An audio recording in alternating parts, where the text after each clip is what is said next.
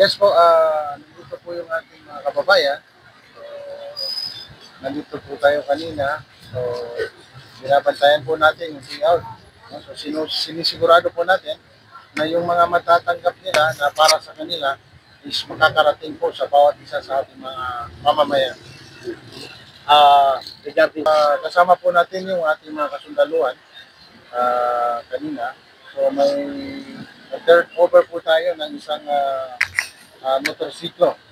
So, ito po yung magagamit nila sa kanilang mga pagruronda dito sa ating bayan ng Pagalungan. So malaking tulong po ito sa ating mga kasundaluhan, pati na rin po yung mga kapulisan.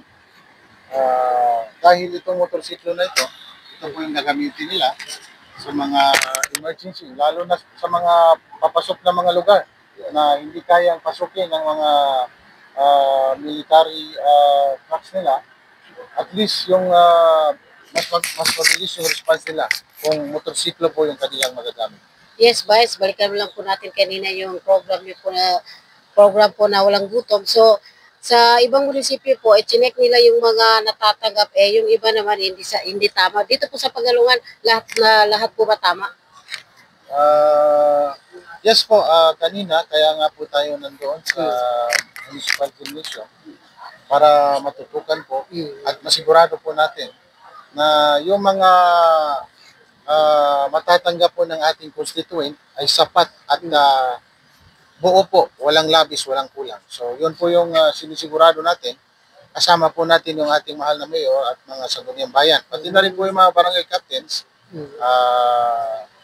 Nakatapos lang po ng MPOC meeting namin. So napag-usapan din po namin kanina regarding sa walang gutom program na dapat kung ano yung dapat na matanggap ng ating mga constituent ay walang labis, walang kulang. So yun po yung purpose natin para bantayan at matutukan at masigurado na yung dapat nilang matanggap ay kumpleto po. Yes po, sa ating mga kababayan dito sa Bayan ng Pagalungan, dito po sa Pagalungan, alhamdulillah, pasalamat po tayo kay Allah Subhanahu wa Ta'ala dahil regarding sa terms of peace and order, nami-maintain naman po natin na maayos. So, malaking pasalamat po sa ating mga kapulisan at kasundaluhan.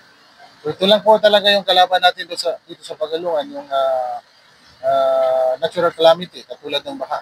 So, ito lang po yung tinututukan natin, lalo na sa mga along the river, iba yung pag-iingat po at maging mapagmatsyag po sa lahat ng oras.